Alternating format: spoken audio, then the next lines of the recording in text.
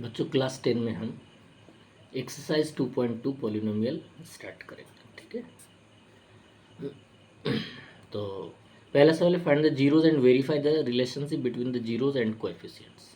ठीक है, तो दो सवाल मैंने लिया इसमें और बाकी जो सवाल है वो आपके होमवर्क में रहेगा, इसे मैं सॉल्व करता हूँ। सबसे पहले तो मुझे जीरोज निकालने के लिए इसका क्या करना है, फैक्टराइजेशन करना है। तो फैक्टराइजेशन के लिए हम चलते हैं। तो फैक्टराइजेशन के लिए स्प्लिटिंग मिडिल टर्म का यूज़ करेंगे। यहाँ की पहली संख्या इसके साथ जो प्रोडक्ट है और यहाँ पर जो कांस्टेंट टर्म है इसका मल्टीप्लाई और फैक्टर कर लेना है। और जो मिडिल टर्म है उसमें आ जाएगा 4x + 2x - 8। अब 4 में 2 माइनस हो गया, -2 बचेगा और 4 2 जा 8 और इसका मल्टीप्लाई 8 आएगा माइनस में। हमारा कैलकुलेशन ठीक हो गया। अब x common, x - 4 and +2x - 4। तो मेरे पास दो पार्ट आ गया इसमें, एक x + 2 और एक हो गया x - 4। अब इसके जीरोस जब लेने हैं तो एक इससे ले लेंगे, एक इससे। तो x + 2 = 0 ले लेना है और x - 4 = 0 और x की वैल्यू होगी -2, x वैल्यू होगी 4। तो मेरा जीरोज आ गया -2 एंड 4।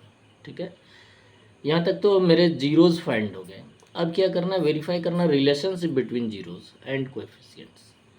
अब इसका रिलेशनशिप कैसे हम वेरीफाई करेंगे।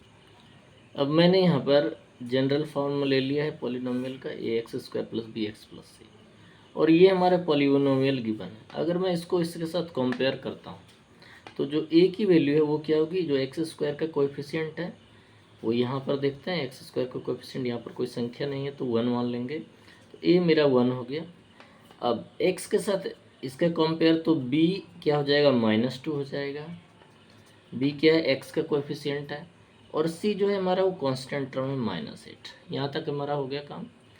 अब हमें क्या करना है कि वेरीफाई करना relationship between zeros and coefficients. इसके लिए हमें α + β = -b/a का प्रयोग करना है और दूसरा करना है α × β = c/a। ठीक है, अब इसमें हम कैलकुलेट करेंगे α + बीटा। अल्फ़ा बीटा मीन्स एक वैल्यू x की अल्फ़ा हो गई और दूसरी वैल्यू बीटा होगी। कैलकुलेट कर लेते हैं और यहाँ पर माइनस जो b की वैल्यू है -2 यहाँ पुट कर लेंगे, बाई a का मान जो है वो यहाँ पुट कर लेंगे। अब इसका कैलकुलेट करते ये हो गया 2 और इधर माइनस +2, ये हमारा वैल्यू वेरीफाई हो गया। यहाँ पर हमें वेरीफाई करना है रिलेशनशिप। तो पहला वेरीफाई हो गया। दूसरा लेंगे α × बीटा, मतलब एक -2 लेते हैं इंटू दूसरा क्या है 4 और c/a। c क्या है मेरे पास -8 और a का मान क्या है 1। अब चेक करते हैं क्या ये इक्वल है, तो ये भी इक्वल हो गया, ये भी हमारा वेरीफाइड हो गया। समझ में आया? तो हमें इसी प्रकार करना है सवाल। अब नेक्स्ट क्वेश्चन, नेक्स्ट एक सेकेंड क्वेश्चन लेते हैं। अब इसमें से हमें इसको सॉल्व करने का बेस्ट तरीका है कि दोनों में हम कॉमन ले लेते हैं। तो 4u कॉमन हो जाएगा, एक u यहाँ पर आएगा, 4 2 जा 8। तो मेरे पास दो पार्ट हो गया, एक 4u हो गया और दूसरा हो गया u + 2। और अब हम इसमें जीरोज लेते हैं तो 4u = 0 एक अलग पार्ट हो जाएगा एंड u + 2 = 0 अलग हो जाएगा। तो u = हो गया 0 इसमें और इसमें u = हो गया -2।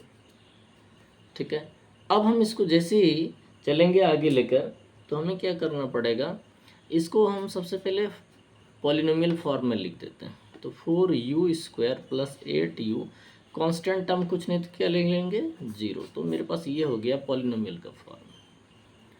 अब इसमें हम a चेक कर लेते हैं, a क्या है 4 है, b क्या है मेरा 8 है और c क्या आ गया 0। ठीक है, अब इसको वेरीफाई करना है हमें, तो वेरीफाई करते हैं। वेरीफाई में सबसे पहले α + बीटा ले लेना है -b/a। तो अल्फ़ा + बीटा मीन्स अल्फ़ा और बीटा क्या, एक वैल्यू 0 है, एक वैल्यू -2 है। इधर -b का मान क्या है ये ले लिया और बाई a का मान क्या है ये ले लिया। ये 0 -2 -2 हो गया, इधर 4 2 जा 8 -2, तो दोनों ही -2 और ये मेरा वेरीफाइड हो गया।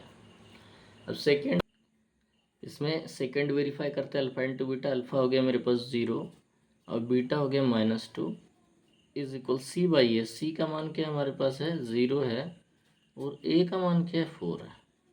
अब 0 इंटू -2 क्या हो जाएगा 0 हो जाएगा, 0/4 ये भी 0 होगा, तो ये भी हमारा वेरीफाइड हो गया।